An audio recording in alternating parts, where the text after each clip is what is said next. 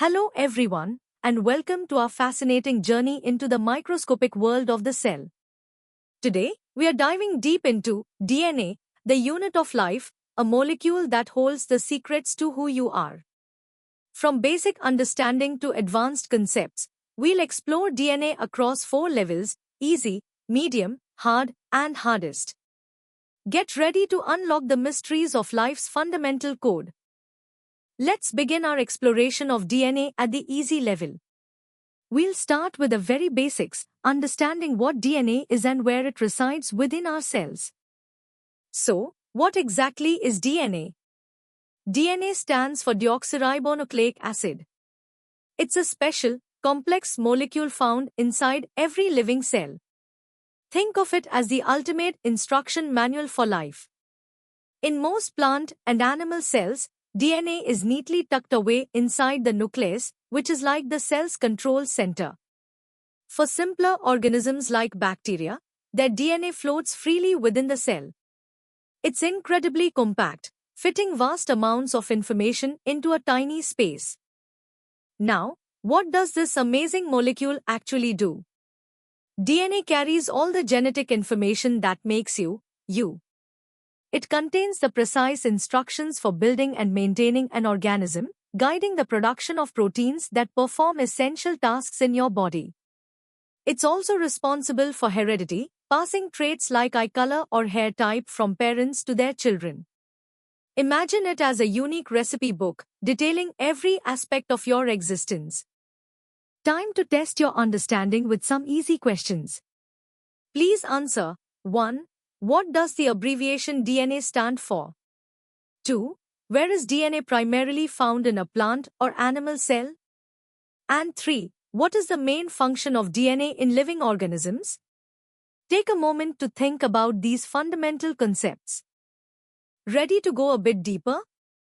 At the medium level, we'll uncover more about DNA's structure and how it acts as a blueprint of life. DNA is often called the blueprint of life for a very good reason. It holds all the vital instructions for an organism's growth, development, and even how it survives and reproduces. Every single cell in your body, with very few exceptions, contains a complete copy of your DNA.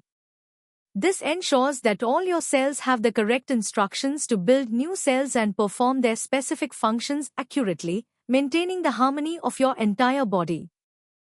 Let's explore the basic building blocks of DNA. This incredibly long molecule is made up of smaller, repeating units called nucleotides. Each nucleotide has three key parts: a sugar molecule called deoxyribose, a phosphate group, and one of four nitrogenous bases: adenine, thymine, guanine, or cytosine.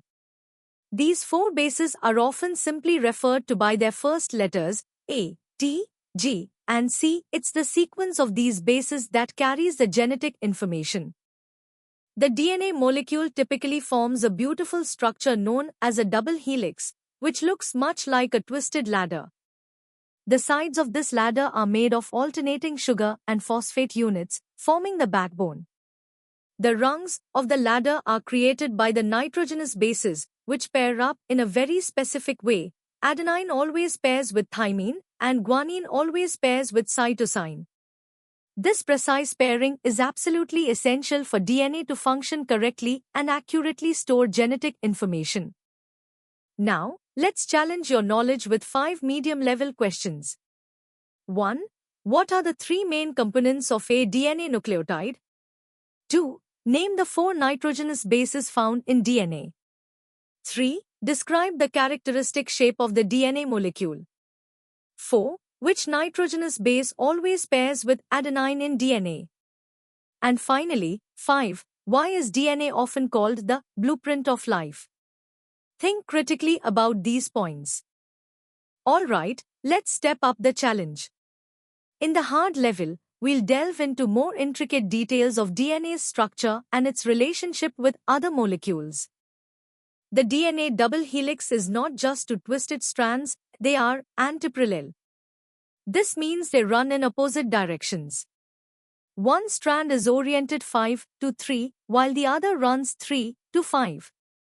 The numbers refer to the carbon atoms in the deoxyribose sugar. This antiparallel arrangement is not just a structural quirk, it's fundamental for processes like DNA replication and gene expression. Understanding this directionality is key to how enzymes interact with DNA. A crucial insight into DNA came from Erwin Chargaff, who discovered that the amount of adenine always equals thymine and guanine always equals cytosine. These are Chargaff's rules: A is equal to T, G is equal to C. These complementary base pairs are held together by weak hydrogen bonds, 2 between A and T, and 3 between G and C. The 3 hydrogen bonds between G and C make these pairs slightly stronger, contributing to the overall stability of the double helix. The entire structure is also stabilized by hydrophobic interactions between stacked bases. It's also important to understand how DNA differs from its close cousin, RNA, or ribonucleic acid. While both are nucleic acids, DNA uses deoxyribose sugar, is typically double-stranded, and contains thymine. RNA, on the other hand, uses ribose sugar, is usually single-stranded, and has uracil in place of thymine. Their functions also differ. DNA primarily stores genetic information, while RNA is mainly involved in expressing that information to create proteins, acting as a messenger and a worker molecule. Here are 7 hard-level questions to deepen your understanding. 1. Explain what is meant by the antiparallel nature of DNA strands. 2. State Chargaff's rules regarding base pairing in DNA. 3. How many hydrogen bonds are formed between adenine and thymine, and between guanine and cytosine? 4. What role do hydrogen bonds play in the DNA double helix structure? 5. List 2 key differences between DNA and RNA. 6. If a DNA sample contains 20% adenine, what percentage of guanine would it contain? And 7. Why is the sequence of nitrogenous bases critical to DNA's function? Welcome to the hardest level. Here, we'll explore the historical context of DNA's discovery, delve into its engineering marvels, and connect it to broader biological principles. Get ready for a comprehensive dive. The journey to understanding DNA's structure is a compelling scientific story. While Watson and Crick are credited with the double helix model in 1953, their breakthrough was built upon the critical X-ray diffraction images captured by Rosalind Franklin and her colleague Maurice Wilkins. Franklin's Photo 51 provided undeniable evidence of DNA's helical shape and precise dimensions. Her often understated contributions were pivotal in allowing Watson and Crick to piece together the final, accurate model, forever changing our understanding of heredity and life itself. From an engineering perspective, DNA replication is a marvel of precision and efficiency. Before a cell divides, its DNA must be copied flawlessly. This semi-conservative process ensures each new DNA molecule gets one original strand and one newly built strand. It begins with enzymes like DNA helicase unwinding the double helix, separating the 2 strands. Then, DNA polymerase enzymes move along each original strand, adding complementary nucleotides to synthesize new matching strands.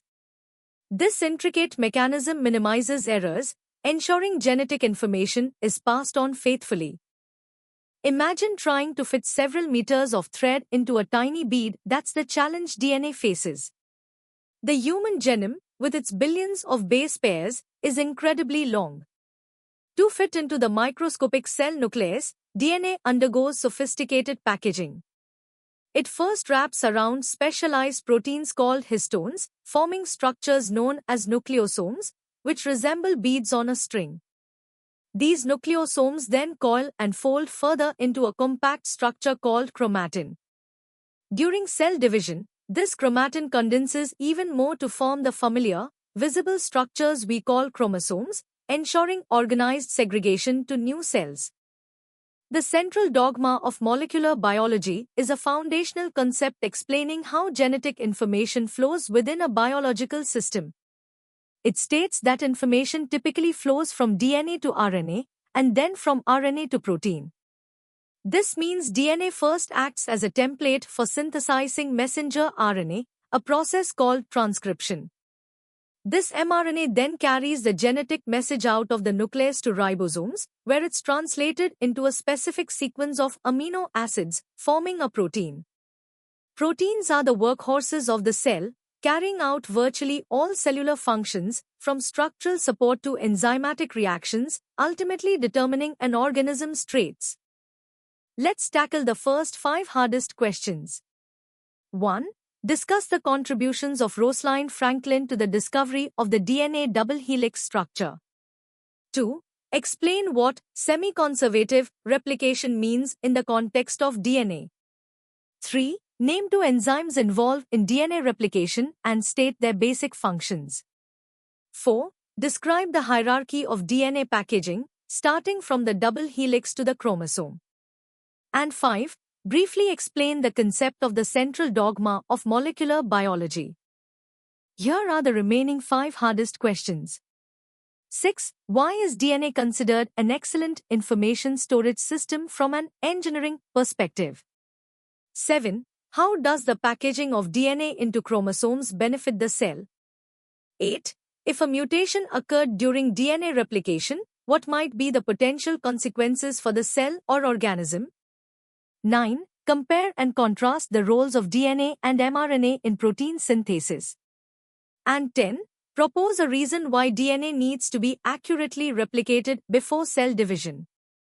That brings us to the end of our deep dive into DNA, the unit of life. We've journeyed from basic definitions to complex mechanisms, exploring how this incredible molecule shapes every living thing. If you enjoyed this learning experience and want to explore more fascinating topics in biology and other subjects, visit synapse.omaps.in. Don't forget to like this video and subscribe to our channel for more exciting educational content. Keep questioning, keep learning, and keep exploring the wonders of science.